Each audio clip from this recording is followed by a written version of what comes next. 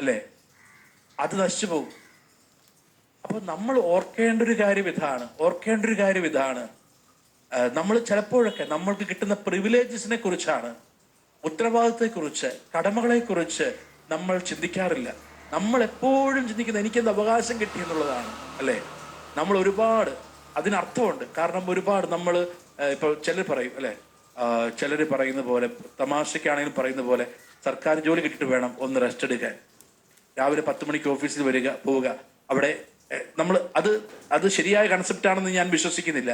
പക്ഷെ അങ്ങനെ ആകരുത്. ഒരു സർക്കാർ സ്ഥാപനമാണെങ്കിൽ ആ സ്ഥാപനം എങ്ങനെയാണ് നാടിന് മുഴുവൻ അനുഗ്രഹമാകുന്നത്? അതിൽ ഉത്സാഹത്തോടെ, അതിൽ ആത്മാർത്ഥതയോടെ അധ്വാനിക്കുന്നവരാണ് അതിന്റെ ശക്തി. അല്ലാതെ അതിനെ നയിക്കുന്ന ഒരു ഡിപ്പാർട്ട്മെന്റ് അല്ലെങ്കിൽ അതിനെ നയിക്കുന്ന ഒരു മന്ത്രിയല്ല. ഏത് പ്രസ്ഥാനമാണെങ്കിലും, ഏത് പ്രസ്ഥാനവും വളർച്ച പ്രാപിക്കുന്നതിന്റെ പിന്നിൽ ഒരുപാട് പേരുടെ അധ്വാനമാണ്, അല്ലെ? നമ്മൾ ഭക്ഷിക്കുന്നതിന്റെ പിന്നിൽ എത്രയോ പേരുടെ അധ്വാനമാണ്. അപ്പോ ഇതാണ് നമ്മൾ മനസ്സിലാക്കേണ്ടത്. വചനം പറയുകയാണ്, വിനാഗിരി പല്ലിനും പുക കണ്ണിനും എന്നതുപോലെയാണ് അലസൻ തന്നെ നിയോഗിക്കുന്നവർക്കും. വീണ്ടും സുഭാഷിതങ്ങളുടെ പുസ്തകം, പ്രിയപ്പെട്ടവരെ, വചനം പറയുന്നു. സുഭാഷിതങ്ങളുടെ പുസ്തകം നമ്മൾ വചനം വായിക്കുന്നുണ്ട്. 12-ാം അധ്യായം 24-ാമത്തെ വചനം.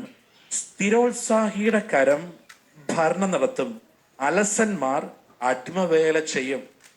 സ്ഥിരോത്സാഹിയുടെ കരം ഭരണം നടത്തും, അലസൻ അടിമവേല ചെയ്യും. പ്രിയപ്പെട്ടവരെ, അപ്പോൾ എന്താണ് വചനത്തിലൂടെ പരിശുദ്ധാത്മാവ് നമ്മളോട് പറയുന്നത്? പരിശുദ്ധാത്മാവ് വചനത്തിലൂടെ നമ്മളോട് പറയുന്ന കാര്യം ഇതാണ്. വീണ്ടും 19-ാമത്തെ അധ്യായം സുഭാഷിതം 19:24.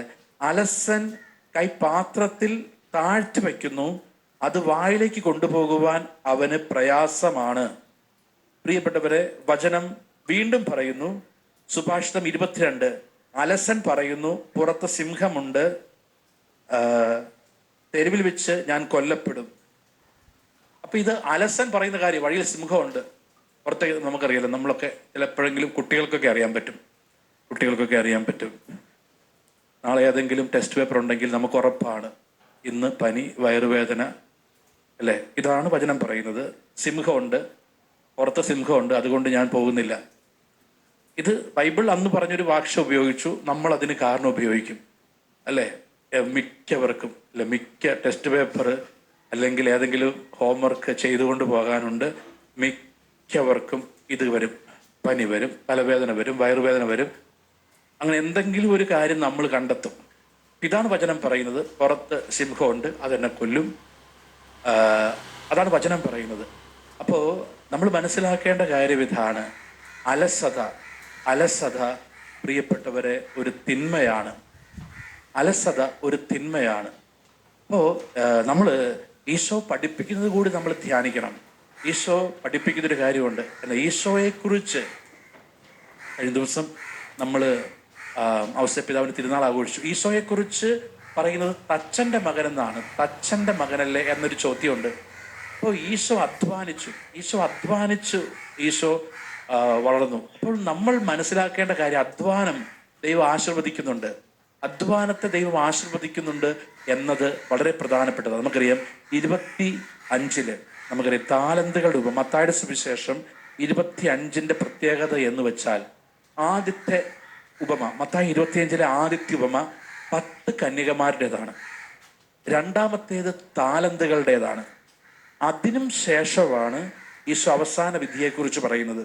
അപ്പോൾ നമ്മൾ ശ്രദ്ധിക്കണം, 10 കന്യകമാരുടെ പ്രശ്നം എന്താ?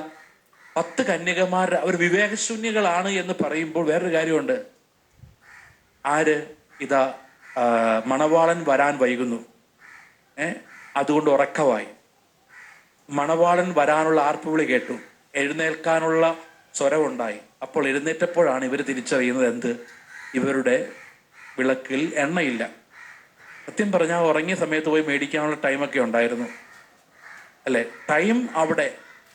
ഈ മണവാളൻ വൈകി എന്ന ഒരു യാഥാർത്ഥ്യം അവരുടെ മുമ്പിൽ സംഭവിക്കുന്നുണ്ട്. എന്നിട്ടും മണവാളൻ വരാനുള്ളൊരു സമയമായി. അപ്പൊ ആ സമയത്ത് മണവാളൻ വന്നില്ല. അപ്പൊ ആ മണവാളൻ വരാനുള്ള സമയമായപ്പോൾ പോലും അവര് നോക്കിയില്ല, എന്ത് എണ്ണയുണ്ടോ എന്ന് നോക്കിയില്ല. അപ്പോഴാണ് അനൗൺസ്മെന്റ് മണവാളൻ വരാൻ വൈകും.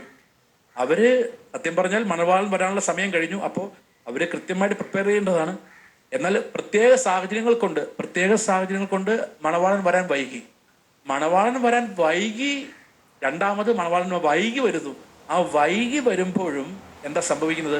അവരെഴുന്നേറ്റ് അപ്പോഴാണ് അവർ വിളക്കിന്റെ കാര്യത്തിൽ ശ്രദ്ധ വരുന്നത്. കണ്ടോ? ഓക്കെ, അവർ അവിടുന്ന് പോരുമ്പോൾ എണ്ണ എടുത്തില്ല എന്നത് ഒരു എന്തെങ്കിലും കാരണം, അവർക്ക് എന്തെങ്കിലും കാരണം ഉണ്ടായി. നമുക്കത് ഒരു ജസ്റ്റിഫിക്കേഷന് വേണ്ടി പറയാം. അവർക്ക് എന്തെങ്കിലും കാരണം ഉണ്ടായി. എന്നാൽ അവര് മണവാളിനെ സ്വീകരിക്കാനുള്ളൊരു സ്പേസിലെത്തി. ആൻഡ് അവരുടെ ഇപ്പോഴത്തെ ശ്രദ്ധ എന്താ? മണവാളൻ വരും, ഇതാണ് അവരുടെ ശ്രദ്ധ. അപ്പൊ അവരെന്താ ചെയ്യേണ്ടത്? അതിന് വേണ്ടത്, പ്രധാനപ്പെട്ടത്, അത് അവര് കൊടുത്തേക്ക് നിർദ്ദേശം വിളക്ക് കത്തിക്കുന്നത്. ഓക്കെ, അപ്പോ സ്വാഭാവികമായിട്ട് ആരായാലും ആ വിളക്ക് നോക്കിയാലേ, ഒന്ന് കത്തിച്ച് ഒന്ന് ട്രൈ ചെയ്യാലേ. പക്ഷെ അപ്പോഴാണ് അനൗൺസ്മെന്റ് വരാൻ കുറച്ചുകൂടി വൈകും. അവരെന്ത് ചെയ്തു? അവിടെ വെച്ചിട്ട് കിടന്നു. അവര് അത് നോക്കിയില്ല. അതിനെയാണ് എന്ന് വെച്ചാൽ അവർക്ക് ജീവിതത്തിൽ അവർക്ക് വന്ന ഒരു തെറ്റിനെ തിരുത്താൻ ദൈവം സമയം കൊടുക്കുന്നുണ്ട്. അവര് പോരുമ്പോഴേ എണ്ണയായിട്ട് പോരേണ്ടതാ. അങ്ങനെ വന്നൊരു തെറ്റിനെ തിരുത്താൻ സമയം കൊടുക്കുന്നുണ്ട്. പക്ഷെ ആ തെറ്റിനെ തിരുത്താനുള്ള ഇതുപോലും ഇല്ല. അതാണ് അത്രയും അലസതയുടെ ആത്മാവ്. അപ്പോൾ ഈ അലസതയുടെ ആത്മാവരിലുണ്ട്. അവർ ഉറങ്ങുകയായിരുന്നു. അവിടെ തീർന്നില്ല. ഇനി അടുത്ത ഉപമ പറയുന്നത് എന്തിനെ കുറിച്ചാ? താലന്ത് കൊടുത്തിട്ട് പോകുന്നു, അല്ലെ? താലന്ത് കൊടുക്കുന്നു. ഇതാ 5 കിട്ടിയവൻ 5 കൂടി, 3 കിട്ടിയവൻ 3 കൂടി, 1 കിട്ടിയവൻ അത് കുഴിച്ചിട്ടു. അപ്പോൾ 5 കിട്ടിയവൻ 5 കൂടി ഉണ്ടാക്കുന്നു, 2 കിട്ടിയവൻ 2 കൂടി ഉണ്ടാക്കുന്നു, 1 കിട്ടിയവൻ അത് കുഴിച്ചിടുന്നു. യേശു താലന്തിന് ഉപമ പറയുക. അപ്പൊ താലന്തിന് ഉപമ ഈശോ പറയുമ്പോൾ ഈശോ എന്താ പറയുന്നത്? 5 കിട്ടിയവൻ 5 കൂടി ഉണ്ടാക്കി. ഈ 1 കിട്ടിയവനോട് 5 ഉണ്ടാക്കാൻ പറയുന്നില്ല. അതാണ് മദർ തെരേസ പറയുന്ന കാര്യം. ദൈവം നമ്മളോട് ചോദിക്കുന്നത് നമ്മൾ എത്രത്തോളം വിജയിച്ചുവെന്നല്ല, നമ്മൾ എത്രത്തോളം വിശ്വസ്തരായിരുന്നുവെന്നാ ദൈവം ചോദിക്കുന്നത്. നമ്മൾ എന്തോരം വിജയിച്ചുവെന്ന് ചോദിക്കുന്നില്ല ദൈവം. നമ്മൾ എത്രത്തോളം വിശ്വസ്തരായിരുന്നു ദൈവം ഏൽപ്പിച്ച ഉത്തരവാദിത്തത്തോട്. അപ്പോൾ നമ്മൾ ഓർക്കേണ്ട കാര്യം, ആ യജമാനൻ വരുമ്പോൾ യജമാനൻ നോക്കുന്നത് അവരെത്രത്തോളം ഒരു കുടുംബനാഥ എന്ന രീതിയിൽ നീ നിന്റെ കുടുംബത്തെ ഉയർത്താൻ, നിന്റെ മക്കളെ പഠിപ്പിക്കാൻ നീ എത്രത്തോളം അധ്വാനിച്ചു. അത് റെസ്പോൺസിബിലിറ്റിയാണ്. അത് ദൈവം നമ്മളിൽ നിന്ന് ആവശ്യപ്പെടുന്ന ഒരു റെസ്പോൺസിബിലിറ്റിയാണ്. നമ്മൾ എത്രത്തോളം അതിനുവേണ്ടി പരാജയപ്പെട്ടോട്ടെ, അല്ലെങ്കിൽ നമ്മൾ ഉദ്ദേശിച്ച ഒരു ടാർഗറ്റിൽ എത്തിയില്ല എന്നതല്ല. അവിടെ എന്താ അവൻ ചെയ്തത്? അവൻ അതിന് ന്യായീകരണം കണ്ടെത്തുന്നു. എനിക്ക് നിന്നെ ഭയമായിരുന്നു, അതുകൊണ്ട് നീ കാർക്കശക്കാരൻ. അവൻ ചെയ്യുന്ന കാര്യം അതാണ്. ഈ അലസതയുടെ പ്രത്യേകത അറിയാവോ? എന്തുകൊണ്ട് മാർക്ക് കുറഞ്ഞു? 1, എല്ലാവർക്കും കുറവായിരുന്നു. ഉടനെ വരും ഉത്തരം. 2, ആ ടീച്ചറിന് പഠിപ്പിക്കാൻ അറിയാൻ പാടില്ല. എല്ലാ കുറ്റവും മറ്റുള്ളവരിലേക്ക് പോകും. അലസന്മാരുടെ പ്രത്യേകത, അവർക്കെല്ലാത്തിനും ന്യായീകരണം ഉണ്ടാകും. ഇന്ന് വരും. നമ്മൾ ആരാ കോപ്പി അടിക്കുന്നത്? എല്ലാം പഠിച്ചവൻ കോപ്പി അടിക്കുവോ? നെവർ. ഉറപ്പ്. കോപ്പി അടിക്കാൻ ഒരുത്തൻ ശ്രമിക്കുന്നുണ്ടെങ്കിൽ അവൻ ഉറപ്പ് മടിയനാണ്. ഉറപ്പാണ്. അപ്പോ കോപ്പി അടിക്കുക, കള്ളത്തരം ചെയ്യുക, അധ്വാനിക്കാതെ സമ്പാദിക്കുക, ഇത് വരുന്നു, ഈ സംഭവം വരുന്നു. അപ്പൊ മോഷ്ടിക്കരുത്, അല്ലെ? മോഷ്ടിക്കരുത് എന്ന കൽപ്പനയുണ്ട്. അധ്വാനിക്കാത്തവൻ ഭക്ഷിക്കാതിരിക്കട്ടെ, അധ്വാനിച്ച് നെറ്റിയിലെ വിയർപ്പ് കൊണ്ട് ഭക്ഷിക്കുക എന്ന് പറയുന്നു. അപ്പോ അല്ലെ, ഞാൻ പഠിച്ചു, ഒരു വിദ്യാർത്ഥി പഠിച്ചു, അവന്റെ അധ്വാനം, അവന്റെ വിയർപ്പാണ്. മറ്റൊരുത്തൻ രാവിലെ മുഴുവൻ വൈകുന്നേരം വരെ ഫേസ്ബുക്കിൽ, ട്വിറ്ററിൽ, ടെലിഗ്രാമിൽ വിത്തിരിക്കുന്നു. അത് നമ്മൾ ഓർത്തു നോക്കിയേ, അലസത പെട്ടെന്ന് തിരിച്ചറിയാൻ പറ്റും. അവരുടെ ഓരോ കാര്യത്തോട് അവർ റെസ്പോൺസിബിൾ ആയിരിക്കില്ല.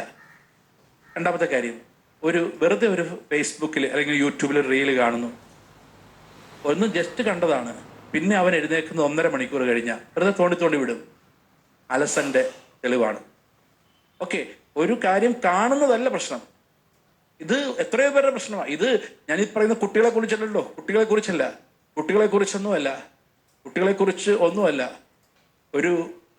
ഈ അടുത്ത നാളിലൊരു വഴക്കുണ്ടായപ്പോ ഭാര്യ പറഞ്ഞതാ, അച്ഛാ എന്റെ ഭാഗത്ത് തെറ്റുപറ്റി, ഞാൻ ഒന്ന് വെറുതെ ശ്രമിച്ചത്. അപ്പൊ ഭർത്താവ് നോക്കുമ്പോൾ ഭർത്താവ് നോക്കുമ്പോൾ കുട്ടികളുടെ എന്തോ കാര്യം ശ്രദ്ധിച്ചിട്ടില്ല. ഭർത്താവ് നോക്കുമ്പോൾ last 2 hours in Facebook in online.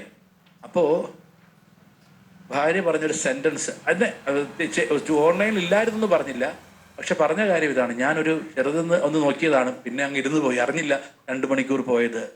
That is A slavery. അത് അടിമത്വമാണ്. ഈ അലസത കയറിയിട്ട് ഒരു പ്രയോജനമില്ലാത്ത കാര്യങ്ങളിൽ നമ്മൾ ചെലവഴിക്കും, ടൈം സ്പെൻഡ് ചെയ്യും. എന്നാൽ റെസ്പോൺസിബിലിറ്റി നമ്മൾ ചെയ്യില്ല.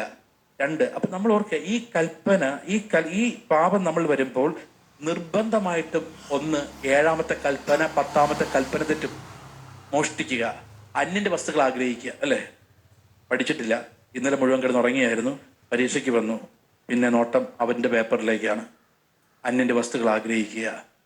ഇതാണ് ഈ അലസതയുടെ ആത്മാവ് കയറിക്കഴിഞ്ഞാൽ അവൻ മറ്റുള്ളവരുടെ വസ്തു ആഗ്രഹിക്കാൻ തുടങ്ങും, ഇതിലേക്ക് വരും. അപ്പോൾ വചനം നമ്മളോട് പറയുന്നത്, അധ്വാനിക്കുന്നവർ, ഭാരം വഹിക്കുന്നവർ എൻ്റെ അടുക്കൽ വരട്ടെ, ഞാൻ നിങ്ങളെ ആശ്വസിപ്പിക്കാം. പ്രിയപ്പെട്ടവരെ, നമ്മൾ എത്രത്തോളം വിശ്വസ്തരാണ് നമ്മൾ എത്രത്തോളം അധ്വാനിക്കുന്നു.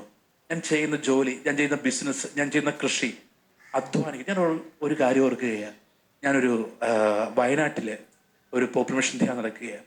വയനാട്ടിലെ പോപ്പുലേഷൻ ധ്യാനം നടക്കുമ്പോൾ ഞാനൊരു കുടുംബത്തെ ശ്രദ്ധിച്ചു. ആ കുടുംബം